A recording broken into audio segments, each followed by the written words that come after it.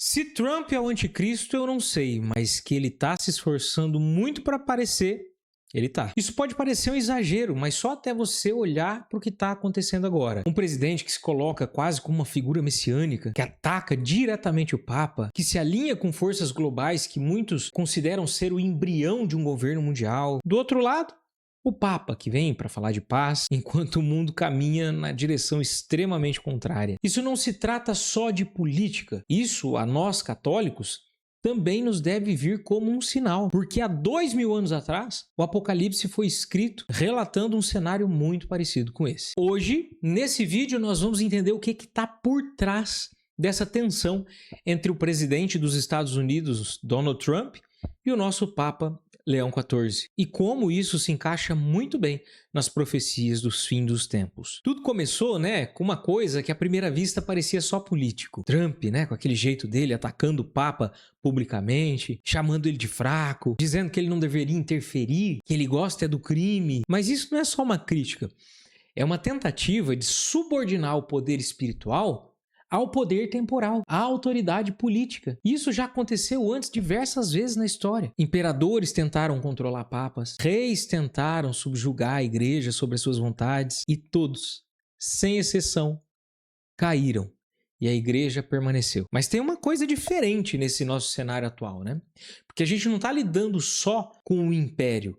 Nós estamos lidando, ao que parece, com uma união universal, com uma união global, com algo que parece estar caminhando para uma ordem global. E isso leva a gente para o próximo ponto. Porque o Apocalipse, ele não descreve uma figura que governa apenas um país. Ele descreve uma figura que governa o mundo inteiro. É um poder que centraliza decisões, que promove uma falsa ordem, que promove até uma aparência de paz, mas que é muito fraca essa paz. Agora, dá uma olhada com calma. Nos últimos anos, tem crescido constantemente uma tendência da integração política, de pressões internacionais coordenadas, dessas uniões internacionais, de narrativas unificadas que se espalham rapidamente através dos países, sejam pelas ONGs, sejam pelas organizações governamentais também, como por exemplo a ONU, Unesco, etc. E dentro disso, desse cenário, surge uma figura forte, carismática, polarizadora, polêmica, que promete que vai restaurar a ordem das coisas. O Trump se apresenta exatamente assim. Mais do que um político. Se apresenta como alguém que pode salvar uma nação. Aí é que começa o ponto delicado. Eu não estou falando que ele é o anticristo, mas o padrão de governo universal, promessa messiânica, pacificação mundial, já começa a aparecer muito, O Apocalipse,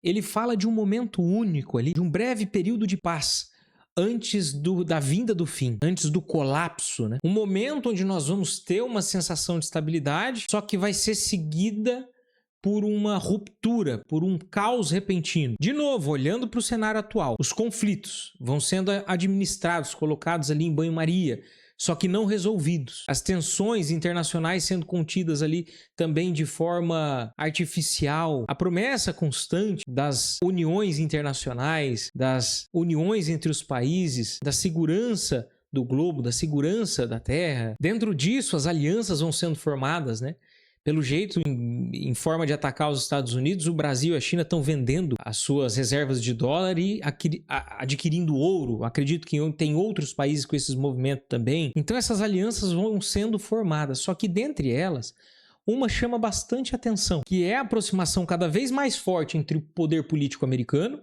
e o sionismo. Para muita gente, isso pode estar ligado ali com a centralização de poder em torno de uma região-chave para o mundo, que seria ali o Oriente Médio, mas aos olhos espirituais isso começa já a parecer outra coisa. Enquanto isso, o Papa Leão XIV vai seguindo num caminho bem diferente. Ele vai falando de paz, vai falando de limites morais, vai falando de responsabilidade ética. É bem verdade que ele é bem compassivo com o outro lado. É verdade. Não fala muita coisa das mais de 40 mil mortes de cristãos que já aconteceram ali na região sul do continente africano, perseguidos por muçulmanos. Não fala muita coisa fez o acordão, né, com o imperador da China, que ele indique os bispos, enquanto isso tolhe os grupos mais tradicionais de escolherem os seus bispos. Então é bem verdade que se tem uma certa compassividade com o outro lado. Mas essa compassividade com o outro lado não quer dizer que ele tenha que ser compassivo com esse. É muito pelo contrário, uma coisa não exclui a outra. Ele só deveria subir a régua para os dois lados, na minha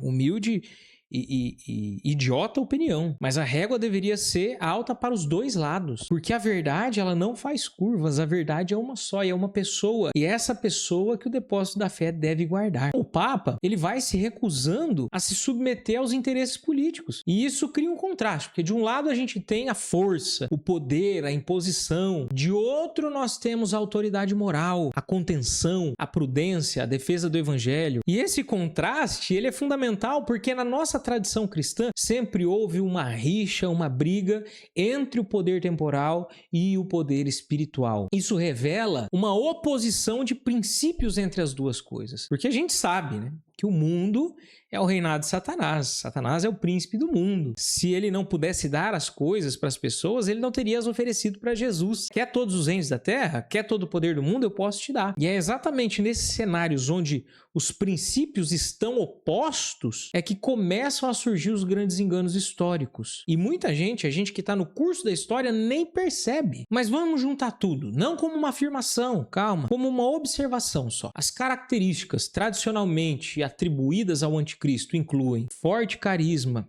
e influência global, a tendência de centralização de poder, um discurso de salvação política, o conflito com a autoridade espiritual e a associação com uma ordem global emergente. Agora vamos olhar para o Trump, a forma como ele se posiciona, as alianças que ele vai construindo, a narrativa que ele sustenta. Não vou nem falar da foto dele bizarra, vestido de Jesus Cristo, tentando ressuscitar o amigo Epstein dele ali, né? Que depois foi apagada e colocada uma desculpa ali em relação a uma desculpinha, né? Do porquê que essa foto saiu. Também não vou nem falar do presidente de Israel, Netanyahu, conversando com o rabino, dizendo, né, que nós precisamos acelerar ao máximo a vinda de nosso Messias. E a gente sabe que o Messias que eles esperam não é o verdadeiro. E essa união entre Trump e Netanyahu, isso prova alguma coisa?